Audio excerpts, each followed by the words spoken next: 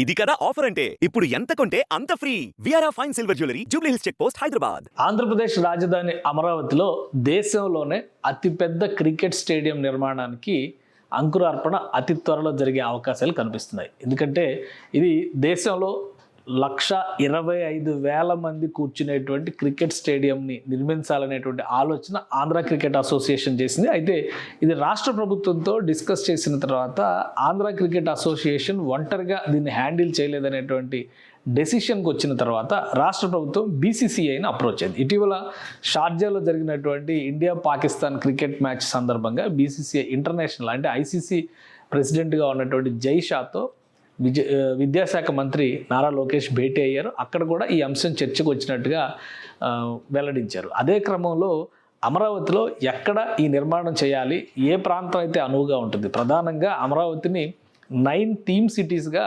ప్రభుత్వం గతంలో డిజైన్ చేసింది. మాస్టర్ ప్లాన్లో భాగం ఇది. అందులో భాగంగానే స్పోర్ట్స్ సిటీ అనేది ప్రత్యేకంగా డిజైన్ చేశారు. స్పోర్ట్స్ సిటీ ప్రాంతంలో ఈ భారీ స్టేడియం నిర్మాణానికి 60 ఎకరాల భూమిని కేటాయించేటువంటి పనుల్ని ఏపీ సర్కార్ ముమ్మరం చేసింది. సిఆర్డీఏ అధికారులు దీనికి అనువైనటువంటి ప్రదేశాన్ని ఇప్పటికే అన్వేషించి రెడీ చేసినట్టుగా సమాచారం వస్తుంది. ఈ స్టేడియం నిర్మాణం కనుక జరిగితే ప్రస్తుతం గుజరాత్లో మొతేరా స్టేడియం అంటే నరేంద్ర మోడీ స్టేడియమే దేశంలో అతిపెద్ద క్రికెట్ స్టేడియం అవుతుంది. దాంతో పోటీ పడే స్థాయిలో అమరావతిలో క్రికెట్ స్టేడియం నిర్మాణం జరుగుతుంది.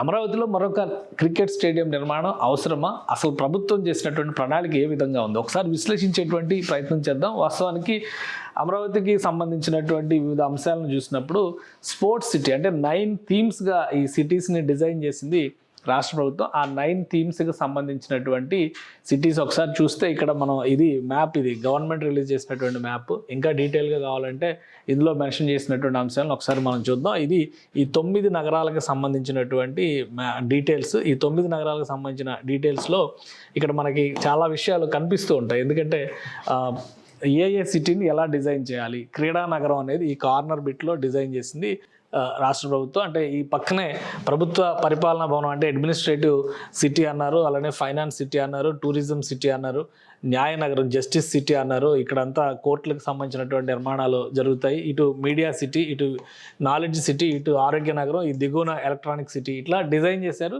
సో స్పోర్ట్స్ సిటీకి సంబంధించినటువంటి ప్రదేశాలు ఇవి. స్పోర్ట్స్ సిటీకి సంబంధించి 4,000 ఎకరాల భూముల్ని రాష్ట్ర ప్రభుత్వం అప్పట్లో కేటాయించింది. దీన్ని దృష్టిలో పెట్టుకొని చూసినప్పుడు మాస్టర్ ప్లాన్లో భాగంగా ఎక్కడ వస్తుంది స్పోర్ట్స్ సిటీ అంటే ఇది మొత్తం అమరావతికి సంబంధించినటువంటి టోటల్ మాస్టర్ ప్లాన్ ఇది. ఈ టోటల్ మాస్టర్ ప్లాన్లో ఈ కార్నర్ ఏరియా మొత్తం కూడా ఇక్కడ డిజైన్ చేశారు స్పోర్ట్స్ సిటీని. ఈ స్పోర్ట్స్ సిటీ వస్తే కనుక దీనికి ఒక వరల్డ్ క్లాస్ ఎంటిటీ ఇవ్వాలనేటువంటి ఆలోచన అప్పట్లోనే రాష్ట్ర ప్రభుత్వం చేసింది. అంటే ఇటు పక్కన జల క్రీడలకు సంబంధించినటువంటి వసతులను ఏర్పాటు చేయడంతో పాటు మిగతా క్రీడలకు సంబంధించినటువంటి డెవలప్మెంట్ అంతా కూడా ఇందులో ప్లాన్ చేయాలని చెప్పని రాష్ట్ర ప్రభుత్వం భావించింది. అందులో భాగంగానే స్పోర్ట్స్ సిటీకి 4,000 ఎకరాల భూముల్ని కేటాయించారు. ఈ 4,000 ఎకరాల్లో నుంచే ఇప్పుడు 60 ఎకరాల భూమిని కేటాయించేటువంటి అవకాశం ఉంది. అంటే ఏరియాస్ వైజ్గా చూస్తే కనుక ఇది కొంత భాగం తుళ్ళూరు నుంచి కొంత భాగం వస్తుంది. ఇక పిచ్చుకలపాలెం, దొండపాడు, అబ్బరాజుపాలెం, బోరుపాలెం ఈ 4 ప్రాంతాలకి సంబంధించినటువంటి ప్రదేశాలని అన్వేషిస్తున్నారు. ఎందుకంటే క్రికెట్ స్టేడియంకి సంబంధించినటువంటి నమూనా కానీ అది మొత్తం కూడా ఒక ఇంటిగ్రేటెడ్ స్పోర్ట్స్ కాంప్లెక్స్ తరహాలో ఉండాలనేటువంటి ఆలోచన రాష్ట్ర ప్రభుత్వం చేస్తుంది. అందులో భాగంగానే ఈ ప్రతిపాదనలు చేస్తున్నారు. అలానే ఇంత భారీ స్టేడియం నిర్మించడం అనేది అవసరమా అనేటువంటి చర్చకు ఒక సమాధానంగా మనం మరొక విషయాన్ని కూడా విశ్లేషించే ప్రయత్నం చేయాలి. ఇది గతంలో రాష్ట్ర ప్రభుత్వం ఇచ్చినటువంటి విజన్, స్పోర్ట్స్ సిటీ అనే కాన్సెప్ట్ ఎందుకు డిజైన్ చేశారనే దానికి సంబంధించి అప్పట్లోనే అంటే 2016-17 సందర్భంలోనే ఢిల్లీలో విజ్ఞాన్ భవన్లో స్పెషల్ ప్రజెంటేషన్ ఇచ్చి దేశవ్యాప్తంగా ఆంధ్ర కా వికాస్ దేశ్ కా వికాస్ అనే నినాదంతో చేసినటువంటి కార్యక్రమంలో చెప్పినటువంటి ఎజెండా ఇది.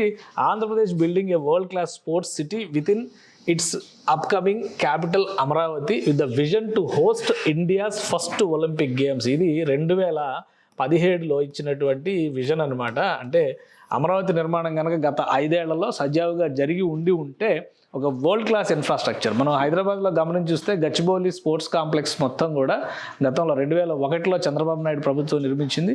ఫలితంగా 2002, 2003 సందర్భాల్లో అంతర్జాతీయ జాతీయ క్రీడలకు కూడా ఇది వేదికగా పనిచేసింది. అదే విజన్తో అమరావతిలో ఈ 9 సిటీస్లో భాగంగా స్పోర్ట్స్ సిటీని భాగం చేశారు.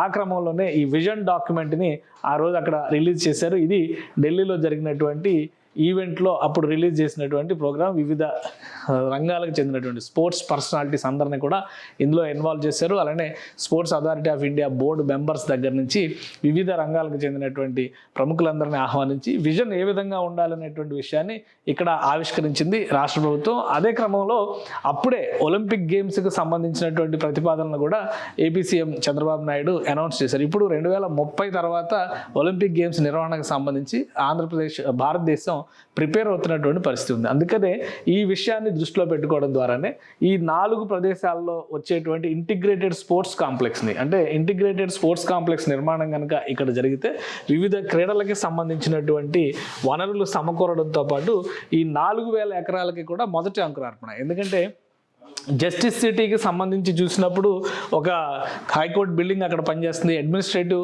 బ్లాక్స్కి సంబంధించి, అంటే అడ్మినిస్ట్రేటివ్ సిటీకి సంబంధించి ఒక్కొక్క సిటీ 9 థీమ్స్ చెప్పారు కాబట్టి ఈ 9 థీమ్స్లో ఒక్కొక్క యాక్టివిటీని రాష్ట్ర ప్రభుత్వం ఇప్పటికే మొదలుపెట్టింది. ఎడ్యుకేషన్ సిటీ అనేటువంటి, నాలెడ్జ్ సిటీ అనేటువంటి పేరుతో డిసైడ్ చేసినటువంటి ప్రాంతంలో అనేక ప్రైవేట్ యూనివర్సిటీలకి, ప్రభుత్వ రంగ విద్యా సంస్థలు కూడా ప్లేస్ అలాట్మెంట్ జరిగినటువంటి పరిస్థితి ఉంది. సో దీన్ని దృష్టిలో పెట్టుకునే క్రీడా నగరంలో మొదటి ప్రాజెక్ట్, అంటే స్పోర్ట్స్ సిటీలో ఫస్ట్ ప్రాజెక్టు ఈ క్రికెట్ స్టేడియమే కాబోతుంది.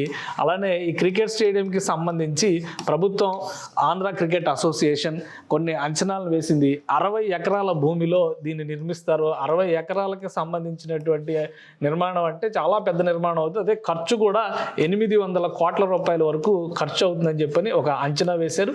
దీనికి సంబంధించినటువంటి డీటెయిల్ ప్రాజెక్ట్ రిపోర్ట్స్ పైన ఇంకా అధికారులు వర్క్ చేసేటువంటి అవకాశం ఉంది. ఆంధ్ర క్రికెట్ అసోసియేషన్ ప్రెసిడెంట్గా ఉన్నటువంటి కేశినేని చిన్ని ప్రస్తుతం విజయవాడ ఎంపీ కూడా ఆయన బీసీసీఐతో టచ్లో ఉన్నారు.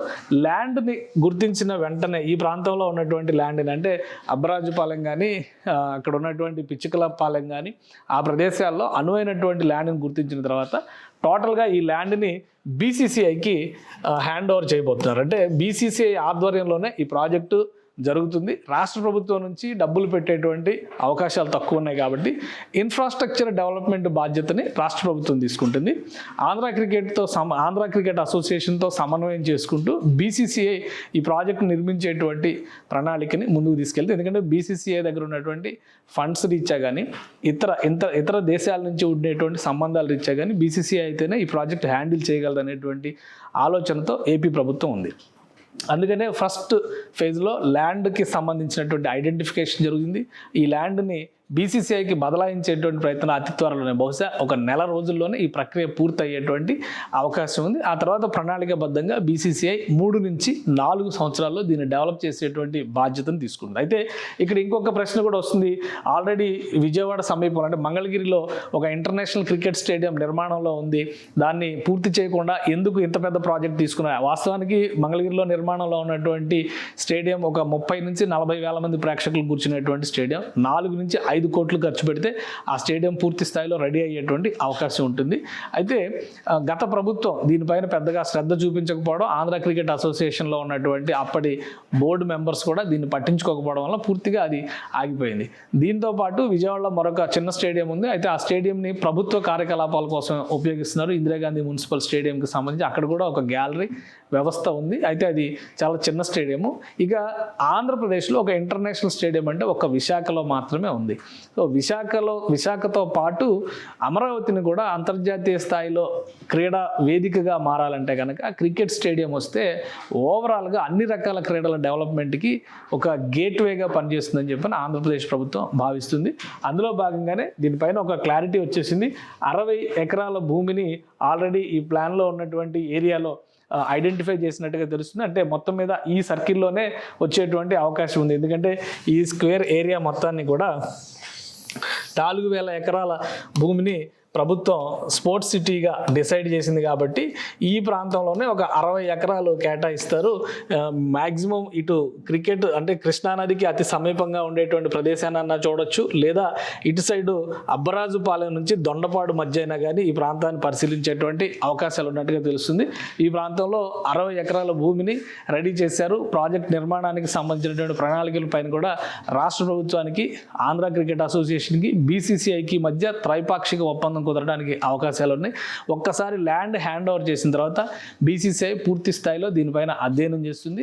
వాస్తవానికి ఏంటంటే రాష్ట్రానికి నిధుల కొరత ఉన్నటువంటి నేపథ్యంలో ఇతర మార్గాలు, కేంద్ర ప్రభుత్వానికి సంబంధించినటువంటి సంస్థలు, ప్రైవేట్ ఏజెన్సీలు, అలానే వివిధ రకాల బోర్డుల నుంచి నిధుల సమీకరణ కోసం రాష్ట్ర ప్రభుత్వం ఒక ప్రణాళికని, వ్యూహాన్ని అనుసరిస్తుంది. అందులో భాగంగానే బీసీసీఐకి హ్యాండ్ ఓవర్ చేయడం ద్వారా, లోకల్ క్రికెట్ అసోసియేషన్ కంటే బీసీసీఐకి ప్రాధాన్యం ఇవ్వడం ద్వారా అంతర్జాతీయ క్రికెట్ మ్యాచ్ల నిర్వహణకు కూడా ఇది ప్రధాన వేదిక అవుతుందనేటువంటి ఆలోచన రాష్ట్ర ప్రభుత్వం చేస్తుంది. ప్రస్తుతం గుజరాత్లో నిర్మించినటువంటి స్టేడియం కూడా దాదాపు 63 ఎకరాల్లో నిర్మాణం జరిగినటువంటి స్టేడియం అది.